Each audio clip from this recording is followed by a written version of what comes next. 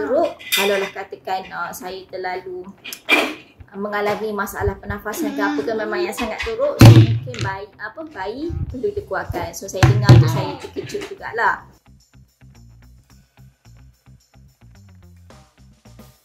Assalamualaikum dan salam sejahtera. Anda bersama saya Mike daripada Pantografi. Salam PKP. Seperti mana yang kita sedia maklum, kita masih belum menang dan semua pihak termasuklah kerajaan dan juga frontliners masih lagi bertukar lumus dalam menangani wabak COVID-19 ini. Terdapat banyak perkongsian di Facebook dan juga WhatsApp yang memberikan tanggapan yang pelbagai tentang COVID-19 ini. Saya menghormati semua pendapat anda. Pada hari ini kita bawakan bersama kita Puan Anis, seorang bekas pesakit COVID-19. Okey, ceritanya begini. Beliau positif COVID-19 ketika dalam waktu hamil. Jadi, tanpa buang masa, mari kita bersama-sama Puan Anis Syafiqah. Hai, Assalamualaikum. Saya Sharifah Anis Syafiqah, bekas pesakit COVID-19. Disahkan positif pada 27 April 2021. Sebenarnya honestly pada peringkat awalnya saya tak risaukan diri saya sendiri sebab saya terima jangkitan tu sebenarnya disebabkan oleh anak saya dulu, anak sulung saya yang kontak rapat kepada kawan sekelas dia. So pada ketika itu secara jujurnya saya lebih risaukan anak saya lah. Dan bila dia positif, saya risaukan keluarga saya. Maksudnya saya ada lagi 2 orang, saya ada 3 orang anak sekarang. Tak termasuk lagi yang mengandung lah. So saya risaukan anak-anak saya yang 3 orang. Bila anak sulung saya tu dah positif, kami satu keluarga pergi buat PCR test tu, termasuklah dengan pembantu rumah saya. So masa tu memang hati saya boleh kata gundah gulana lah. Boleh kata 1 minggu tu memang dalam keadaan yang risau. Tapi saya macam lebih risau pada keluarga lah. Dan the next day kami dapat result. So daripada 6 orang yang tinggal serumah di rumah kami tu, saya, suami, anak sulung dan anak nombor 3 yang kecil tu yang positif.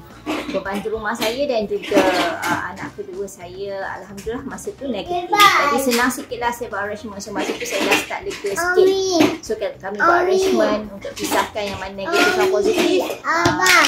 Kita buat pengasingan di rumah.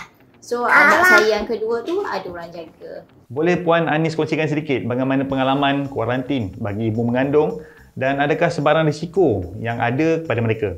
Okay, kami kuarantin di rumah dalam 4 ke 5 hari. Belum terima panggilan daripada PKD. Lepas tu baru kami ke CAC untuk buat assessment. Masa tu pun saya risau juga sebenarnya. Saya risaukan anak saya yang kecil ni yang baru umur 2 tahun ni. Dia boleh ikut ke, kami boleh duduk sebilik ke, kami dipisahkan ke. Sebab masa itulah saya macam baru tahu juga yang saya adalah lebih berisiko kerana saya mengandung dan saya biasa memang akan warded. Maksudnya saya takkan dibenarkan di kuarantin di rumah. So masa tu saya dah risau lah macam mana dengan anak saya yang kecil ni masa tu. Okay. Dan alhamdulillah di CAC kami buat perbincangan dengan doktor semua. So finally saya seorang saja yang warded di sini dulu, dan suami dan 2 orang lagi anak boleh kuarantin di rumah. Okay. So bila dah masuk ke hospital tu, dah jumpa dengan doktor semua, doktor ada terangkan lah risiko-risiko yang mungkin saya akan alami. Maksudnya untuk just information lah, untuk share dengan semua orang, untuk wanita yang mengandung. Kalau dah 22 minggu ke atas, apa yang dimaklum kepada saya lah, kalau dah 22 minggu ke atas memang dia akan warded. Kalau di sini 90 lah biasanya. Jadi kalau dia bawah 22 minggu mungkin boleh buat quarantine dengan orang lain lah. Okay, so masa tu saya diterangkan juga yang worst case scenario, maksudnya keadaan yang paling teruk kalaulah katakan saya terlalu mengalami masalah pernafasan ke apa ke memang yang sangat teruk, so mungkin bayi perlu dikuatkan. So saya dengar tu saya terkejut jugalah. Tapi at that time saya rasa saya sihat. So saya banyak fikir positif lah. Saya fikir positif, saya rasa saya boleh harungi semua ni. So alhamdulillah memang tak ada apa-apa. Sampailah saya keluar hospital, saya duduk di hospital 5 hari. Untuk wanita mengandung kan, kami semua wanita mengandung dikonsultikan untuk ubat cair darah.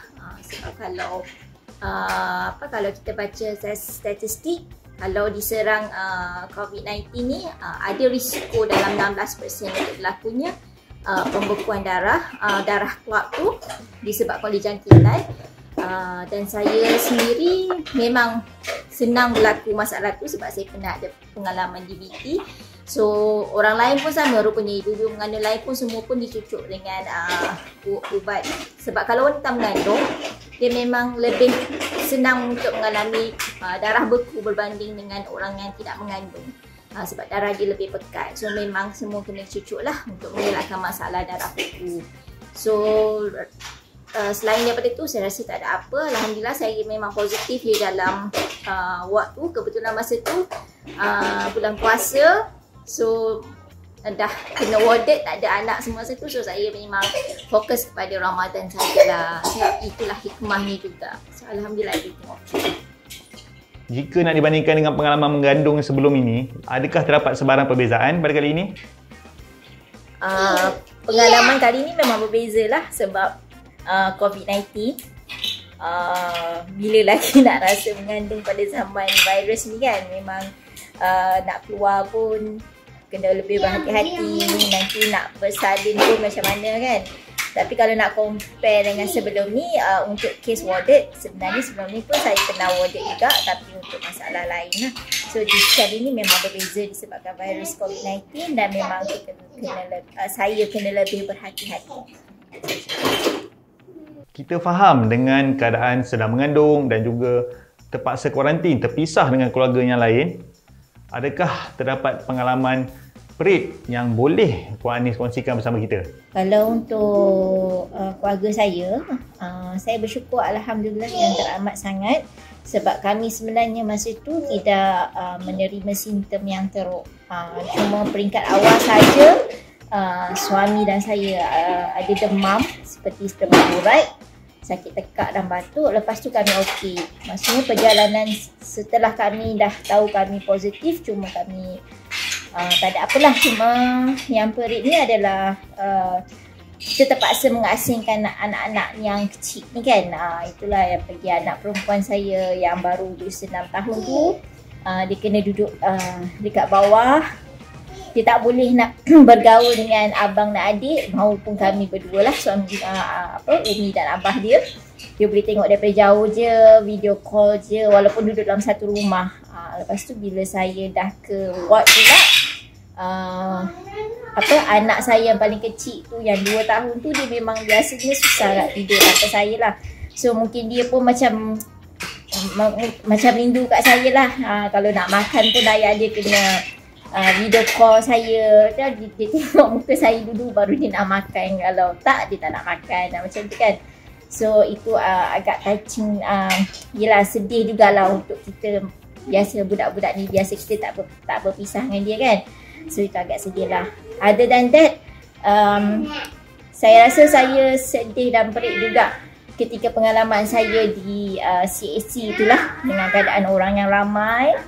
Dan perjalanan di situ yang saya tengok orang lain yang kes mungkin lebih serius daripada saya. Ada yang sesak nafas, ada yang satu ambulans saya tu terpaksa bawa 2 anak kecil sebab bayi dia 2 bulan. So bayi kalau bawah 2 tahun pun wajib warded juga. Tak boleh kuarantin di rumah lah, wajib ditahan kuarantin di hospital ataupun pusat kuarantin. So dia ada anak 2 orang tanpa suami dia. Masa tu suami dia tak perlu kuarantin. So saya tengok dia, saya tengok orang yang ada pelbagai lagi kes lain yang mana saya rasa orang lain punya lebih mencabar, lebih susah daripada saya. Apa yang saya lihat satu hari tu sebenarnya sangat menginsafkan saya. Macam 2-3 hari juga saya macam sedih sebab tengok keadaan situasi masa-masa COVID ni lah. So macam nak kata COVID ni serious and real lah. Jangan kata benda ni tak ada apa, tu biasa je. Tapi lain orang, lain ujian dia, lain orang, lain dia punya tahap penerimaan dia, tahap simptom dia. So kita tak boleh simply cakap macam tu. So saya rasa macam ada dua lah yang peritnya. Satu adalah perit keluarga saya, hanya sekadar kami menanggung rindu terpaksa dipisahkan 10 hari semua. Ni budak kecil yang manja ni. Okay, alright, thank you baby. Yang lagi satu adalah peritnya adalah perjalanan kami lah. Bukan senang untuk nak pergi ke CAC tu, untuk nak buat test, nak pakai gelang, nak asingkan diri. Ramai orang, sangat ramai dekat Selangor ni. Benda tu serik dan perit macam tu. Masa tu pun sekolah belum ditutup lagi. Tapi anak saya 6 tahun tu saya dah tak nak hantar ke sekolah sebab kes pun sangat teruk kan masa tu. Kata saya sangat serik dan perit lah untuk mengulangi apa yang kami telah alami tu. Cukuplah sekali. Okey, sedikit nasihat daripada saya untuk anda jika anda disahkan positif COVID-19. Mungkin saya pecahkan kepada dua lah. Satu kepada pesakit, satu kepada orang yang belum dijangkiti ni kan. Okay, untuk yang dah disahkan positif, tak dinafikan mesti akan risau, mesti akan gundah-gulana, resah semua tu kan. Tapi at first kita cuba kena kawal diri kita, kena cuba berfikiran rasional, positif. Kita kena cepat untuk aturkan keadaan tu. Contohnya macam kalau seorang dah positif, macam mana nak atur yang lain punya test, kena cari info yang tepat, yang betul. Jangan duduk diam dekat rumah macam tu kan. Kalau ada masalah seperti, kalau belum test pun, kalau ada masalah seperti anda demam yang sakit badan, sakit tekak, tiba-tiba batuk macam tu kan, ada simptom-simptom ini, jangan berdiam diri di rumah lah. Ini nasihat yang honest daripada saya. Sebab statistik daripada KKM sendiri menunjukkan dah semakin banyak brought in death. Maksudnya dah meninggal bawa ke hospital, rupanya positif. Maksudnya duduk diam-diam di rumah. Jangan macam tu. Pergi test, cari kat mana boleh test, sama ada dengan PKD ke ataupun dengan swasta ke. Ada banyak sangat tempat sekarang. Even di Selangor dah ada yang ditawarkan percuma test. Kita perlu tahu condition kita macam mana. Bila dah tahu, kita kena aturkan keluarga kita macam mana. Maksudnya kalau ada yang negatif, yang belum ditest ke, kena asingkan, kena serius, kena disiplin, jaga kebersihan. Itu penting. Okey, kena rasional lah. Okay, selain daripada tu, kita kena positif. InsyaAllah benda ni kita boleh lalu. Kita kena ikut nasihat daripada KKM. Jangan kita memandai sendiri, takut itu memudaratkan diri kita. Itu nasihat saya jika kita sudah dijangkiti. Tetapi jika kita orang lain, orang luar yang tak menjangkiti ni, saya harap tidak ada lagi stigma-stigma negatif kepada orang yang telah dijangkiti positif. Bukan semua orang yang kena ni adalah kerana mereka sebelum ni hu-hu-ha-ha dekat luar ke, mereka suka tak menjaga SOP. Bukan semua. Tapi benda ni dah sporadik, dah terlalu banyak. Dan mostly yang mana saya jumpa dekat CAC pun, ramai yang tak tahu, ramai yang menjadi masa yang tak tahu dari mana datangnya kan. Ada seorang ibu yang baru nak bersalin masa tu, bila dia dah nak test, dah bersalin, baru test, baru negatif. So dia negatif positif, so dia pun tak tahu dari mana dia dapat. So saya jumpa dia, kesian lah, baby terpaksa diasingkan, dia berjalan dengan keadaan dalam baru bersalin, berjalan sana sini, nak kena tukar ward apa semua kan, sangat sakit. So maksudnya orang yang positif ni, mereka pun masa keadaan, mereka pun terpaksa menerima, terpaksa harum semua ni.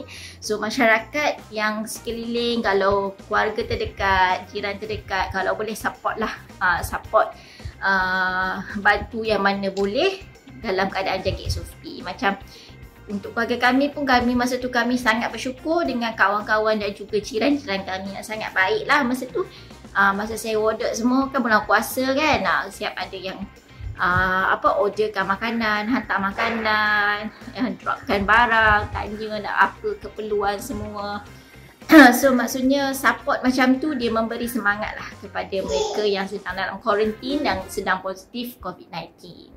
So kita perlu sama-samalah menghadapi apa yang telah dihantar, diuji untuk kita buat masa sekarang ni. Lastly, pesanan saya, jangan lupa daftar untuk vaksin. Kita perlu keluar daripada hidup macam ni. Kita tak boleh terus hidup dalam keadaan terkungkung disebabkan virus ini. So vaksin is the fastest way untuk kita keluar daripada pandemik ni. So register, and kalau dah dapat appointment, sila pergi untuk dapatkan vaksin anda.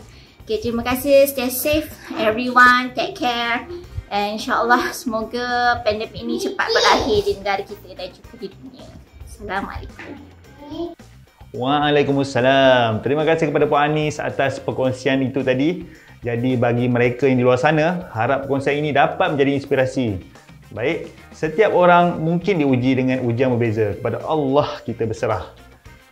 Di sini saya ingin ceritakan Puan Anis juga ada mengeluarkan produk bayi dan juga produk yang berasaskan kepada pembesaran dan juga perkembangan minda anak-anak kita. Jika berminat, bolehlah ke website minda.my ataupun apa yang telah ditulis di bawah ini. Okey, jadi jika dapati video ini bermanfaat, jangan lupa seperti biasa like,